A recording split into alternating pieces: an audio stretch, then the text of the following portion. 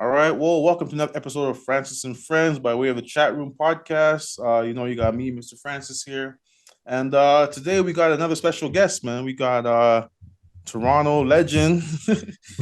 he, he, he was here during the big runs with the Raptors. We got my guy, CJ Miles, man. How you doing, brother? Good man, how you? Everything's good over here.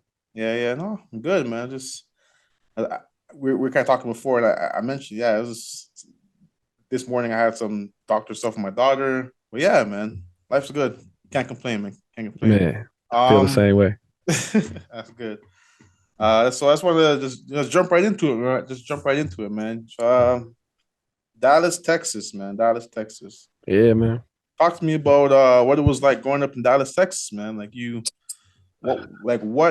What kind of brought you to ball and hooping? My family, really.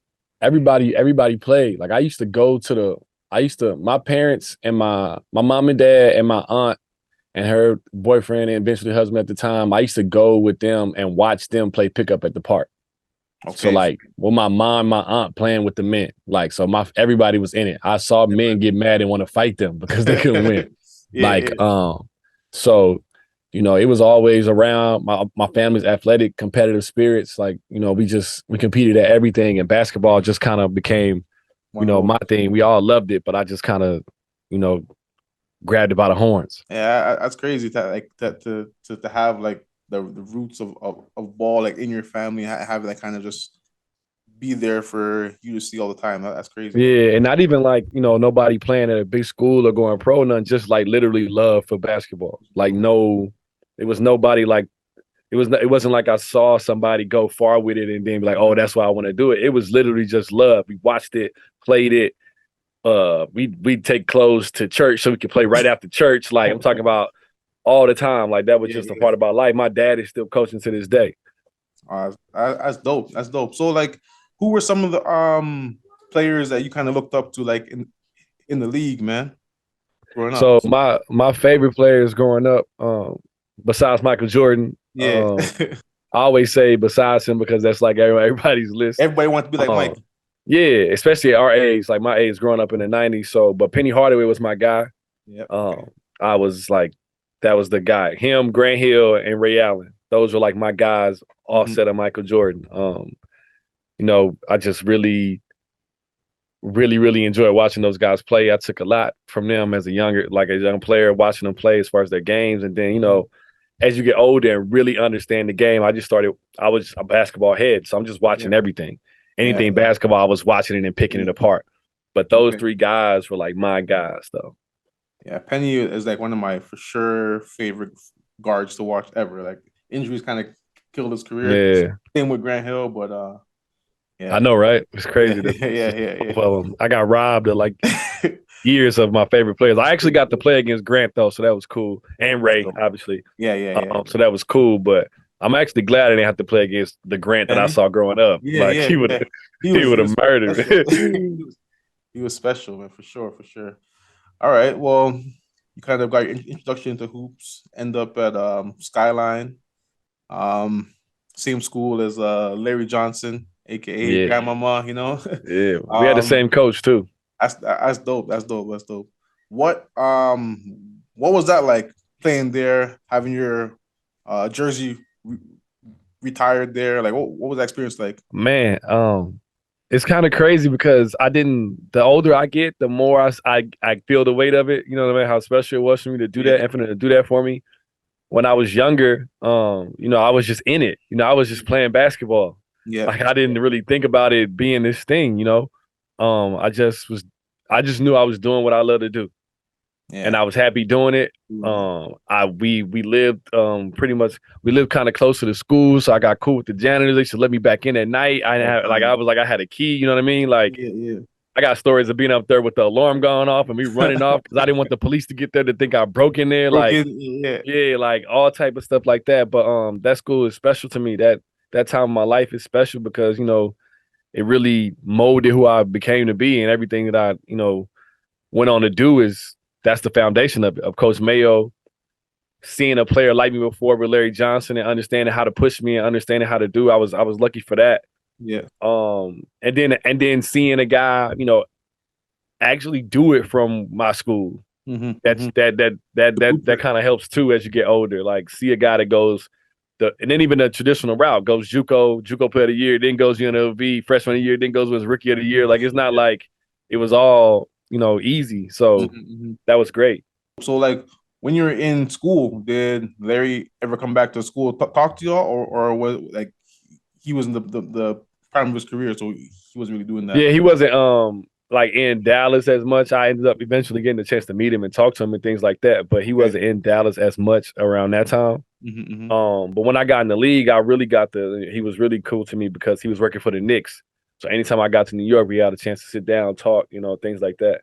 But it was just him having the same coach was like having him there kind of almost too, Yeah. the Yeah. relationship they had and knowing that the things that he built this everything off of was from the same guy I could trust it. He was a special player, man. Like, I always remember Man, him. That's how I always remember, man. yeah, my high school coach used to do it. So my high school coach also taught social studies in the school, so he used to make his classes do it. That's crazy. That's crazy. Yeah. Oh man. Okay. So you finished at high school, and then you ended up committing to Texas, Yeah. I University of Texas signed and Austin. everything. I You signed the papers and everything. end up doing all that stuff. So talk to me about that recruiting process. Like, did you always think you were gonna try and play back home for college? Like, even though you didn't end No, up doing that, but you actually. always think you doing that? No, actually. My Huh? first, and I never said it before, but I wanted to go to Georgia Tech. Okay.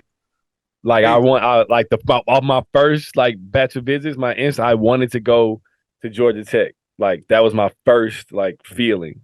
But then like having some time to sit on it and going on another visit to Kansas, doing some other things, and I just started thinking about what I could do for my pride for my state and where Mm-hmm. I was from kind of kicked in, and I kind of wanted to be close enough to my parents, not close enough where they would be on me every day, but like close enough where they could come drive to my home games. Like that meant Yeah. a lot to me because I Yeah. had my brothers and sisters were still at Skyline. I had a sister and a brother at Skyline still, and a younger sister who wasn't even in high school still. So like that kind of meant something to me. And then obviously like it becomes ironic because I get drafted to Utah, so I'm nowhere near there. But yeah, I Yeah. wanted to go to UT, and they were good at the time. Rick Barnes was killing it at the time, and the group before me was the Marcus Aldridge, Daniel Gibson, those guys. So they had a really good team. PJ Tucker was there before that, before I got there. So I was going into a good spot too. Yeah. Texas has always been strong, like Yeah. always been strong. So you said you took a visit to Kansas. Like, who were the other visits that had? You had I did so officially I just did the three. I three. did Georgia Tech, Kansas, and Texas. Okay, okay, okay. But I visited some other schools. I Yeah, visited Oklahoma, like on an AAU trip. We stopped by there, so it's just mhm. not officials just when they Official. pay Yeah, for yeah. everything and they don't like. But I saw other schools. I was real high on North Carolina and Illinois also. So were those your final three? So, yeah, Okay, yeah. And, well, North Carolina was in that mix up too. there too. Um, but I eventually like Texas just won it out because everything was right. Yeah, yeah, Like the positions needed to for that team was my position yeah. and my role. Not that you're scared of the competition, but if you got a Fit good ready. spot that's looking for you, Yeah, like you want to take it, and being close to home and you everything know, was fit. yeah, everything fit. And then we don't know this, but at the end of the next year, if I'm there 2 years, Kevin Durant's coming the next year, so it's Yeah, like it's pretty crazy if you think yeah, about it. What could have yeah. happened in that That, space? So um, it was great though to go that's through the process. The process was crazy. I never mhm. thought, you see movies about it, you know what I mean? But you Yeah, never dreamed that you're gonna. Well, I didn't. I didn't dream that I was the kid that was gonna be one of those kids in the movies with everybody coming down and taking the visits and the flying around and doing stuff like that. So it was kind of surreal. I kind of just stayed in the moment and enjoyed it. yeah, Um, and I'm grateful for all the things that basketball's done for me. yeah. That's dope. Like, I had Mike Bongo on the Uh, show a while ago, and he talked about as well, like why he signed to go to Texas was because of coach, right? So to hear you kind of talk about um coach being like reason for you kind of looking at their at like Yeah, I speaks he volumes, you came know? to my house and showed NBA player breakdowns of people he thought they compare me to, that he could help me Wow. get my game to be like. You know Wow. what I Okay. mean? Like he Yeah, thought yeah. ahead of just like Extra mile. telling me I was coming. Yeah, Yeah. he knew. He said it. He knew I wasn't gonna be there to stay. That was one of the things he brought to me too. He said, I don't even know if you coming or not, but like because that it started coming up that I could go. Yeah. But like he said that to me, he's like, I know, but he was like, what you could do for this state, for the kids here, for the school, that was part of it too. Like kind of like keep on bridging that gap that guys do want to play in their home state.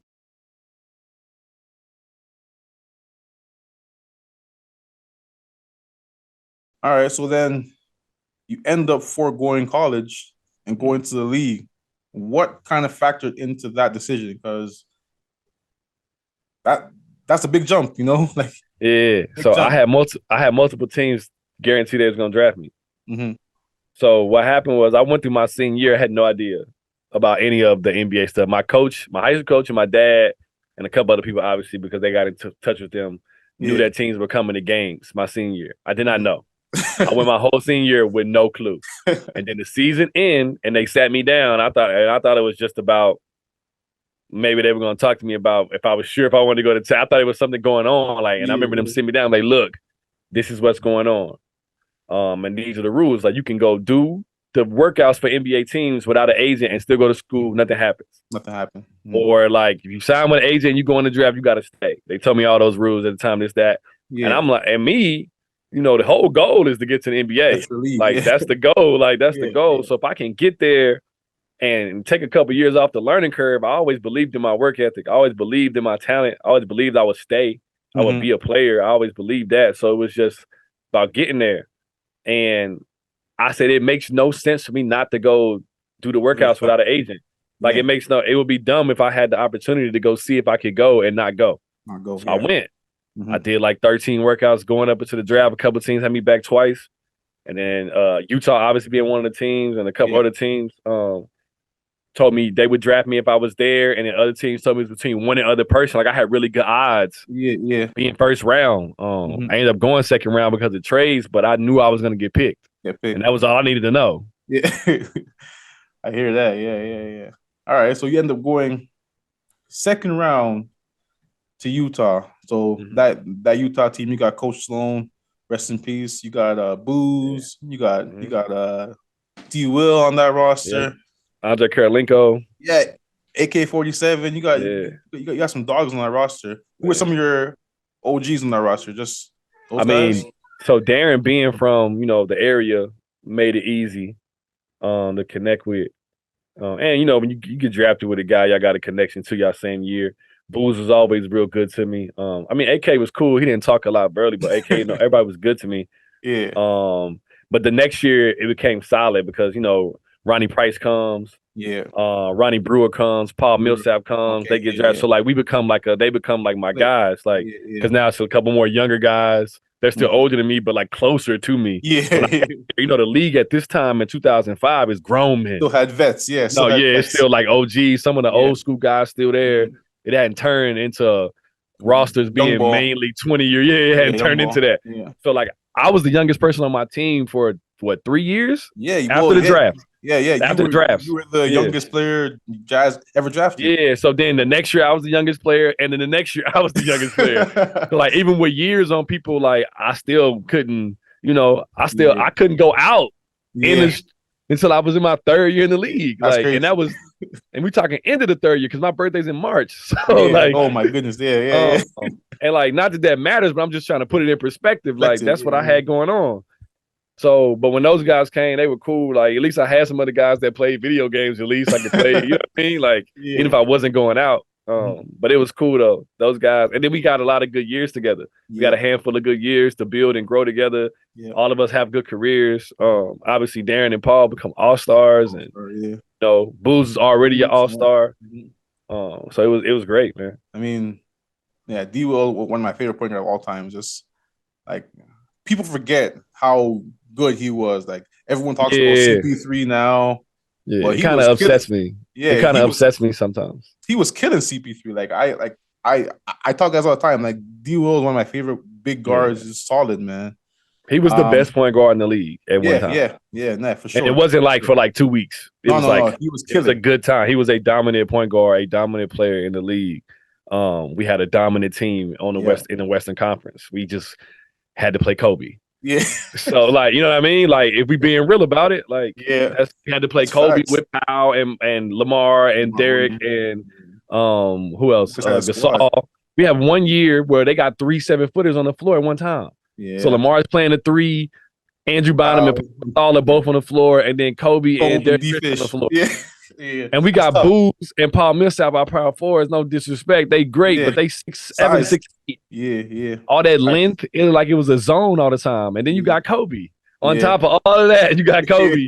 Or I should say Kobe, and he had all the rest of that. That's tough, man.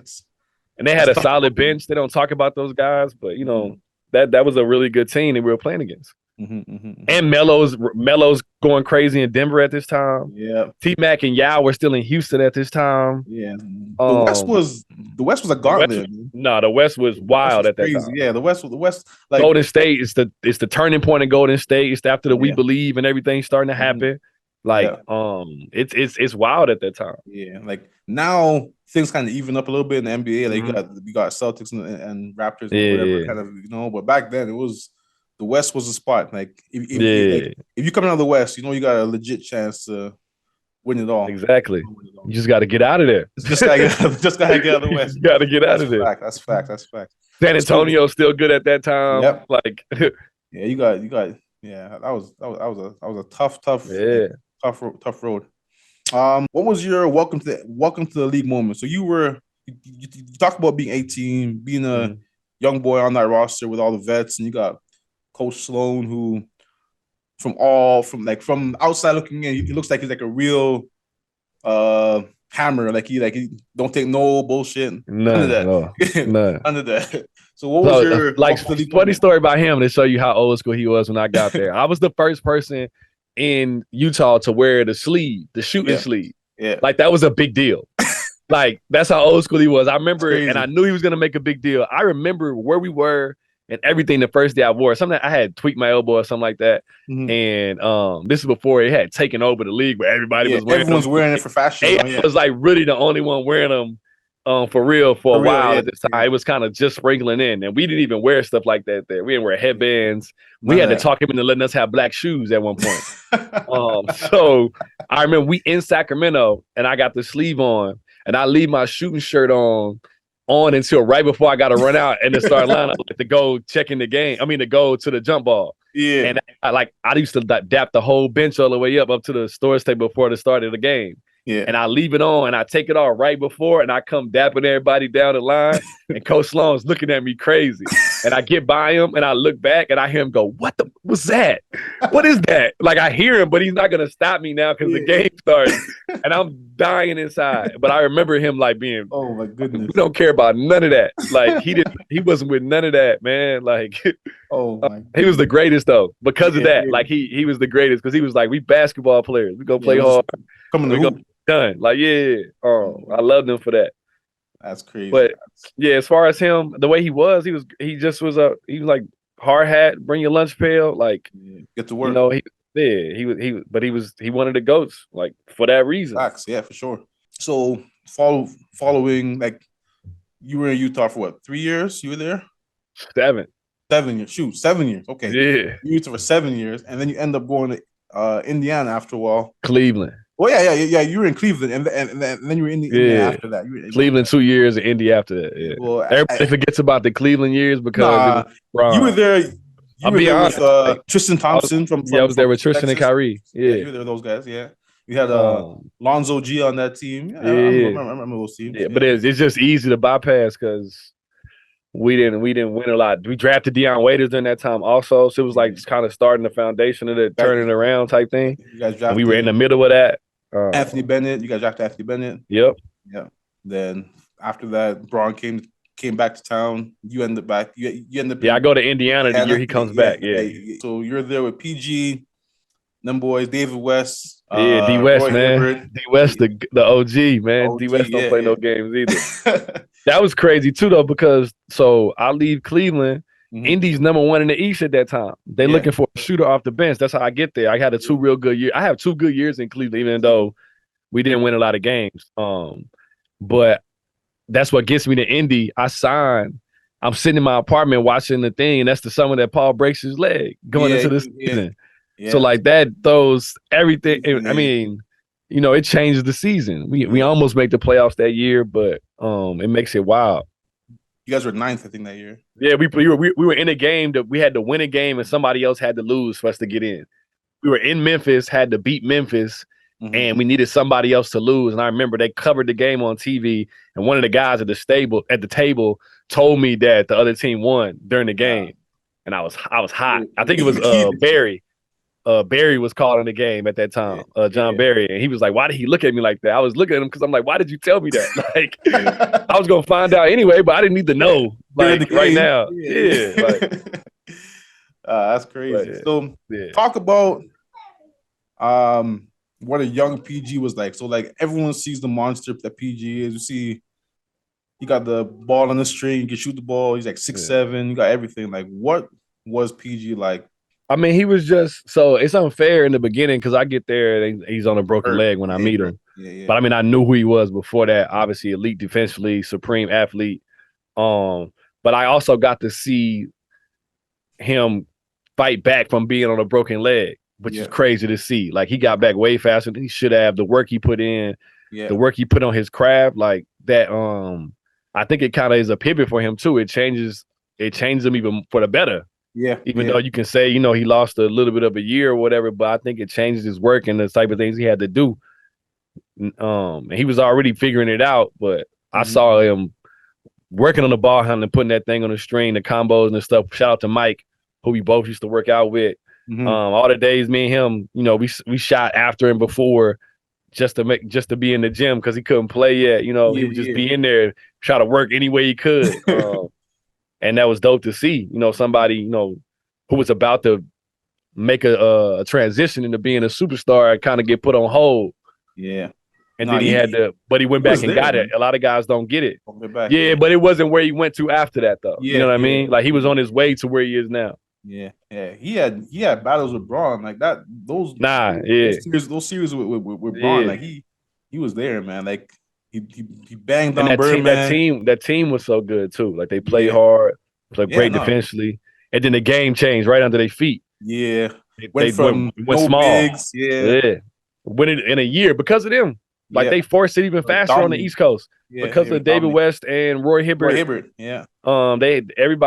Everybody saw them play against Atlanta in the playoffs, and they had what's the name shooting threes in that series against Roy. They had it spread. And everybody's like, "Oh, that's what we're gonna do." And I changed the game. All right, 2017. You're in Toronto. That's when I get there. 2017, you get to Toronto. What was your first? So, any league guy I talked to. So I talked to Derek Martin. I talked to Pop from Sabansu. I talked to a bunch of guys. So any guy I talked to, I always asked Pops, him, man. I always asked him, what was your first experience like when you got to Toronto? Like, I know you obviously played Toronto before in the league, obviously, but when you got to Toronto, what was that experience like for you?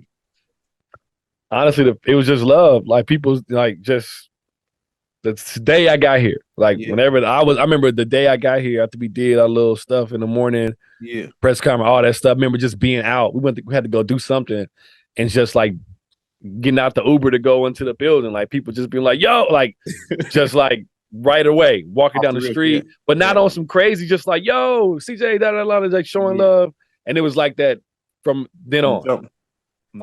From jump, people were cool. People were like, they were great with me out in the street. I love Toronto for that. Then obviously I had my first kid up there, so my daughter is Canadian, so like we got ties to that for forever. And I think people rock with me because they got to see that side of me also. Like, because they did the video and all the things we did. Shout out to Open Gym. But I was that person all the time. So I think I just got a connection from the people because of that. No, for sure. Like, one thing about Toronto, man, Toronto loves people who just come out and work and their authentic self. That's why Toronto loved DeMar so much. You know, because Debo was one of those guys who just, he was here, always here, you know. Kyle too, like those guys are like always been around. So you were there with those two guys, Debo and Kyle. You guys had a like nice playoff run. I remember going to games. I'm like, yo, like this team has a legit chance. Legit chance. We did, and for sure. Legit chance, And then obviously, like 2 years down the line, like Kawhi comes and championship happens, but you guys had a legit chance. Like talk about what the city was like during those playoff runs, because everyone always talks about like Toronto, the arena, the crowds and stuff like being like top notch. Like what was the experience like being there at ACC? Well, now it's what's it called now? It's Scotiabank Bank's there now, but yeah, whatever. Yeah, that energy was crazy. Just because we were really good, and people were behind us, and they felt it in the city. The energy in the city, you felt it when you were out, whether it be dinner after a game or whether it be just something that was going on. It had anything to do with us. People was rocking with us, and it was cool because they rocked with everybody. Like top of the roster to the bottom of the roster, everybody, they rocked with everybody. They showed everybody love when they was out. It wasn't like, not that DeMar and Kyle are obviously deserving of the love like that they would get when they were out, but like they all everybody treated all of us like that. Like they got a little bit more obviously because they had roots here, but I mean, as far as just being out and people letting them know that they supported us and being behind us, they rocked with us. They rocked with us. Those young guys that I was with the bench mob situation, they loved us for that.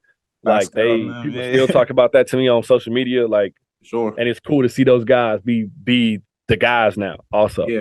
Fred, Pascal, OG was there too. Yeah. He has a. I tell guys like I like OG because he don't care. He just puts his head down. He's just one of those guys, man. He just puts his head down, works, and he has a legit chance. I think as long as Raptors say competitive, say like high in the standings, like he has a chance. That's the key. He has a chance to be Defensive Player of the Year, in my opinion. No facts. Yeah, no, 100%. Yeah. As long as they stay competitive and they win, he'll be right there for it. He's there, man. So that's the biggest thing. They got to start turning that stuff into wins, and consistently and making runs and making noise, because that's unfortunately that's how that's gonna work. And I mean, can we give Defensive Player of the Year to a guy on a team that's defense is not winning games? You know what I mean? We can't do that. It's like we can't give MVP to a guy who's not winning games. Yeah.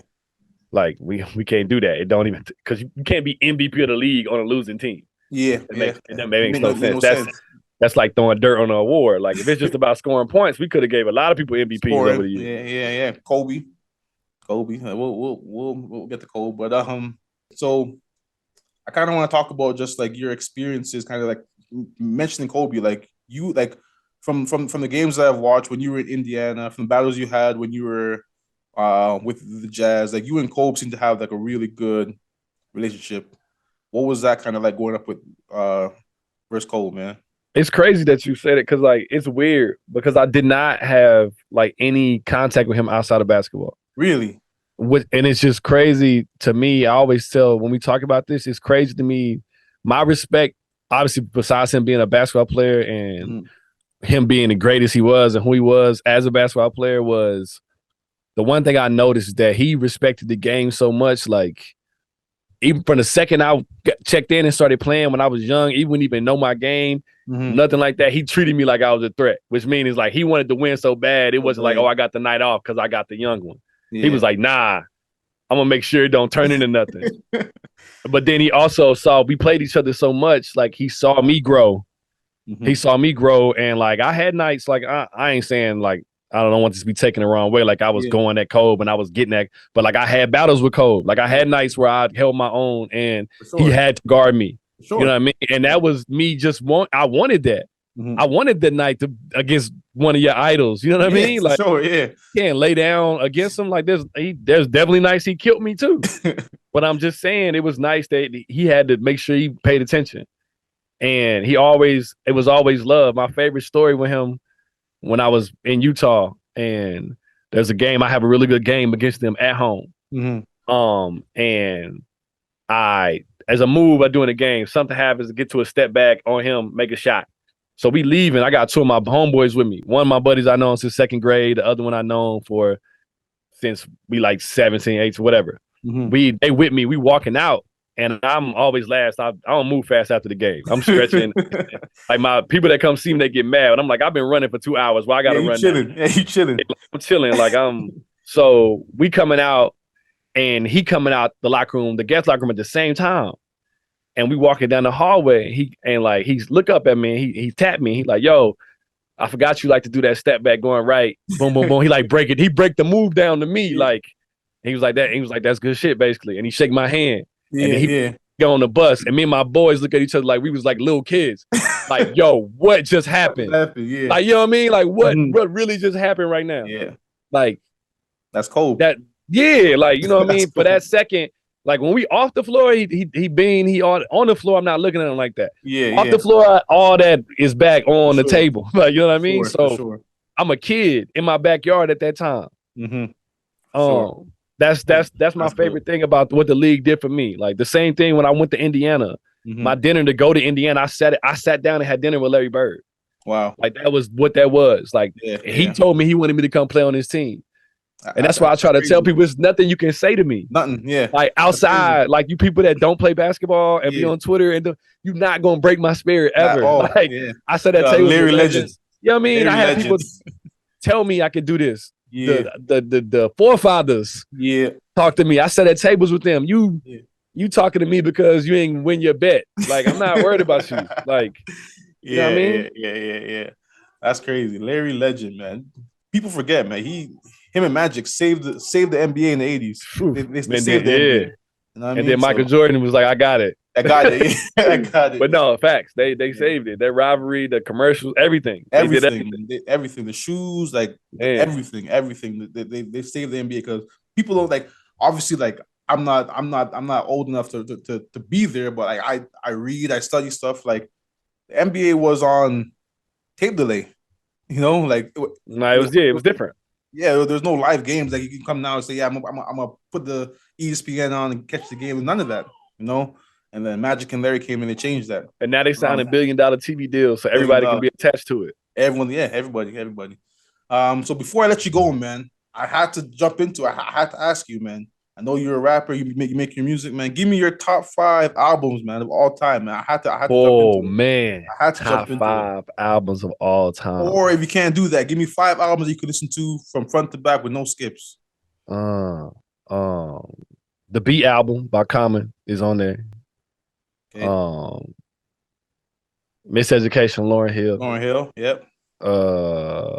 American Gangster, Jay-Z. That's an underrated album. That's one of underrated. Yeah, underrated. That's on there. This is where it gets tricky because I can pick. It's so many. Like it's so many. Yeah.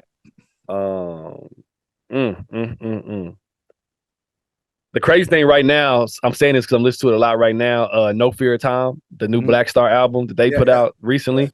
That one's on there. Solid. I've been listening to that nonstop. And then one more. Probably there's so many. You got Nas, you got Big, you got Pac. Yeah, but no, it's classics. Probably Outkast. Outkast. ATLiens. ATLiens, okay. Yeah. That's a solid. And that's tough for me to say. That was hard. Because if you ask me, if you give me 5 more minutes, I'll probably change it. That's the thing about music, man. Most of those, like Lauryn Hill, like that's a timeless album. Like that album will be good in 30 years. But that's where I'm at with music too. Like that's the way I try to be with the music I make. I want that stuff. Like if somebody heard it 20 years from now, it can still listen to it and still rocks. It still got some essence to it, some feel to it. It don't have to be so trendy. It's my soul. You know what I mean? Like no, it's my. That's why we play a lot of live instruments. A lot of like I'm in here trying to teach myself the guitar and piano right now. Yeah. Like I want to be able to play and grow with it. I want my music to be able to grow with me, so I can make music until I'm 60. Yeah, if I want to. You know what I mean? Like it's not for the hype on the charts. Yeah, it's not for that. I've been doing this since I sang in choir, did all that. I did everything coming up. I've been a part of this, or wanted to be anyway. That's dope, man. That's dope. All right, CJ. I'll definitely say, man, it was dope chopping up with you. I really appreciate you taking the time to chop it up with me. One Why don't you tell people what you're working on, man? You got your music stuff going on. You tell people you're working on. Yeah, I mean, I'm doing music right now. Like I was planning on starting to do some more stuff with that, releasing and stuff at the top of the year. All that stuff is on my social media stuff, or Yeah. will be Mas Fresco on everything. Like I made it easy. Apple Music is Mas Fresco, Twitter is Mas Fresco, Instagram is Mas Everything. Fresco. Yeah, Everything. If you're looking for everything. me. But then we doing the podcast, the Mhm. Strictly Hoops, Yep. with Yahoo Canada. That's what I'm really working on right now. We Mhm. just really covering the team and NBA. Yep. It's fun because we get to talk about the game and break it down and not so much be media. We don't have to do nothing for clicks. All right, y'all. As you can see, having some technical difficulties here. Zoom bugging kicked me and CJ out, but just wanted to say thank y'all for locking in. Appreciate y'all tuning in, watching the episode, taking in CJ stories. Be sure to tune in to the other episodes we got coming up. We got former Raptor Mike James coming up. We got Big Brother Canada season 9 winner Tashawn Carter coming up. Yeah, all that stuff coming up, man. So thank y'all for tuning in. It's been another episode of Francis and Friends podcast. My name is Mr. Francis. That's my daughter over there. We're out.